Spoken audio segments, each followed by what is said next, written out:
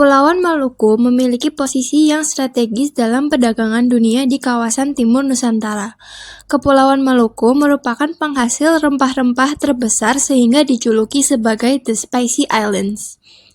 Di Kepulauan Maluku terdapat dua kerajaan besar, yaitu Ternate dan Tidore.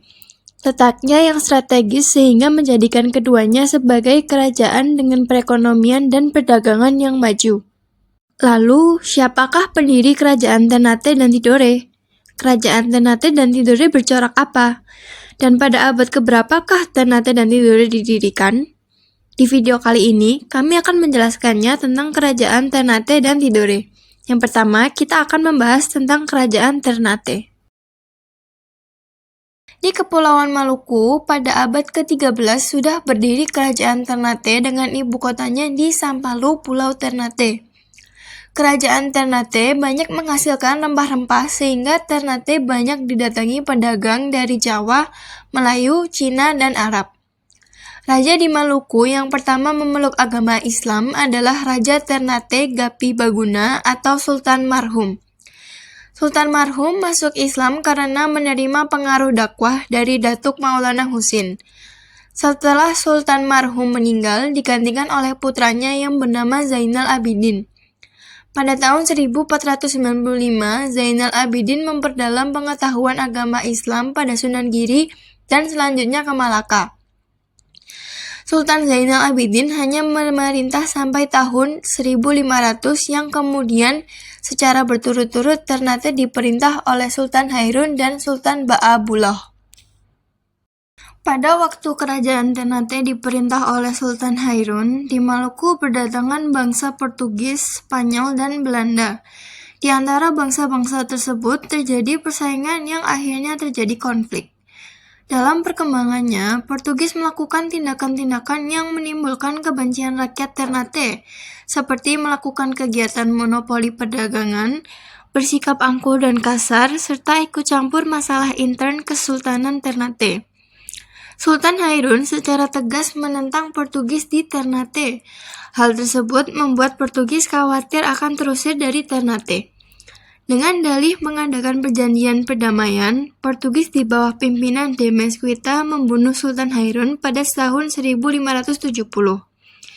Di bawah pimpinan putra Sultan Hairun, yaitu Sultan Ba'abullah, rakyat Ternate mengangkat senjata melawan Portugis. Setelah 5 tahun mengepung banteng Portugis, pada tahun 1575 Sultan Ba'abullah berhasil mengusir Portugis dari Ternate. Kerajaan Ternate mencapai masa kejayaan di bawah pimpinan Sultan Ba'abullah.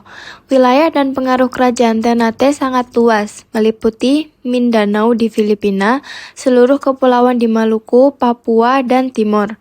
Oleh karena wilayah kekuasaan kerajaan Ternate yang luas serta pelayaran dan perdagangannya yang maju, Sultan Ba'abullah mendapat gelar yang dipertuan di 72 pulau. Untuk menjaga keamanan wilayah kerajaan Ternate, Ternate memiliki 100 kapal kora-kora. Agama Islam juga tersebar luas.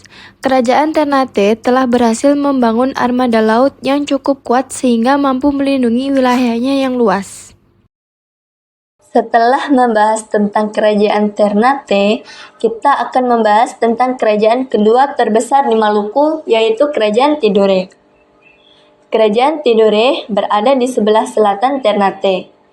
Menurut silsilah raja-raja Ternate dan Tidore, Raja Tidore yang pertama adalah Sahadati alias Muhammad Nakal yang naik tahta sekitar tahun 1081.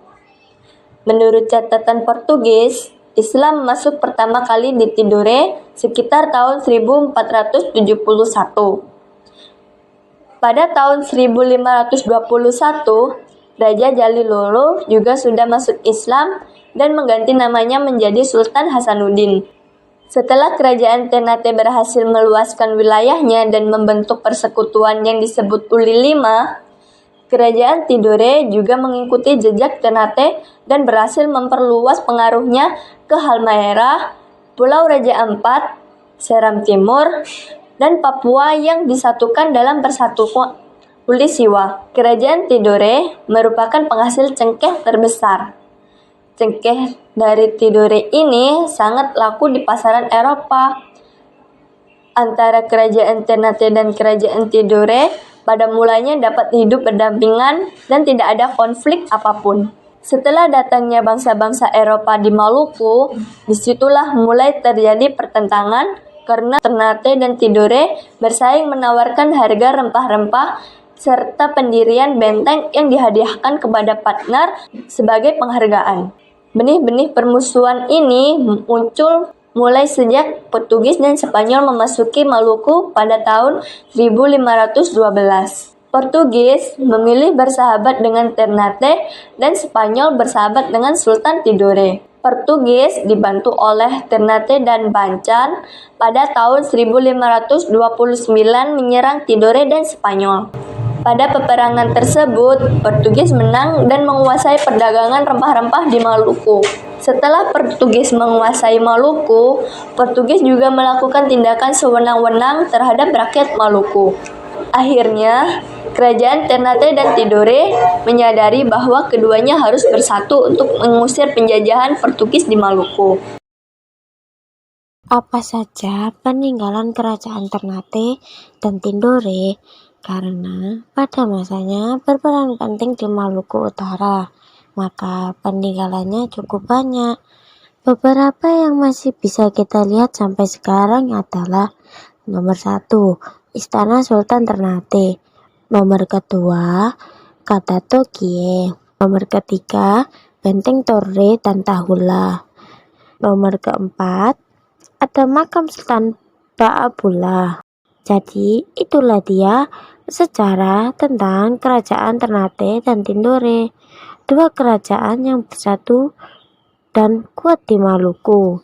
Sekian, terima kasih.